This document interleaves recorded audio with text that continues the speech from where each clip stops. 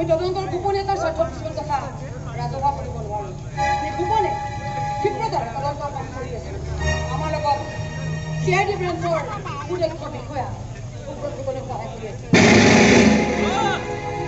Sir, তদন্ত কিমান আগবাঢ়িছে? পুনৰ আন এক হত্যাকাণ্ড সংঘটিত হ'ল। কি ক'ব এই বিষয়ে? তদন্ত ক্ষিপ্ৰ গতিত চলি আছে। আমি জিৰণি লোৱা নাই। আমি এতিয়া সকলো কথা মিডিয়াক ক'ব পৰা নাযাব। অপৰাধী বৰ চালাক, কিন্তু অপৰাধী যিমান চালাক হ'লেও অপৰাধী ভুল কৰে। আজিৰ এই ঘটনাটোৰ লগত পূৰ্বৰ কিবা সংযোগ আছেনে নাই চালি জাৰি চোৱা হয়। সবিতা কাকতি নামৰ যুৱতী এগৰাকী কেইমাহমান আগতে এই ঠাইতে ধৰ্ষিত হৈছে। সেই ঘটনাৰো আজিলৈকে অপৰাধী ধৰা পৰা নাই। এই বিষয়ে খুব বিশেষ একো ক'ব পৰা নাযাব, পিছত জনাম।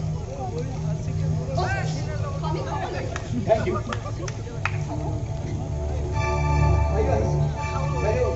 কবিতা খবৰ ভাল খবৰলৈ যাবই পৰা নাই। প্লিজ।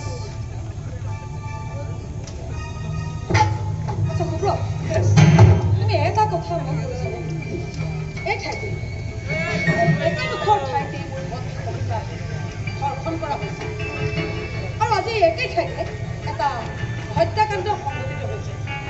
ষ্ট্ৰেঞ্জ, নিশ্চয় কিবা এটা লিংক আছে। কোনে হত্যাকাৰী?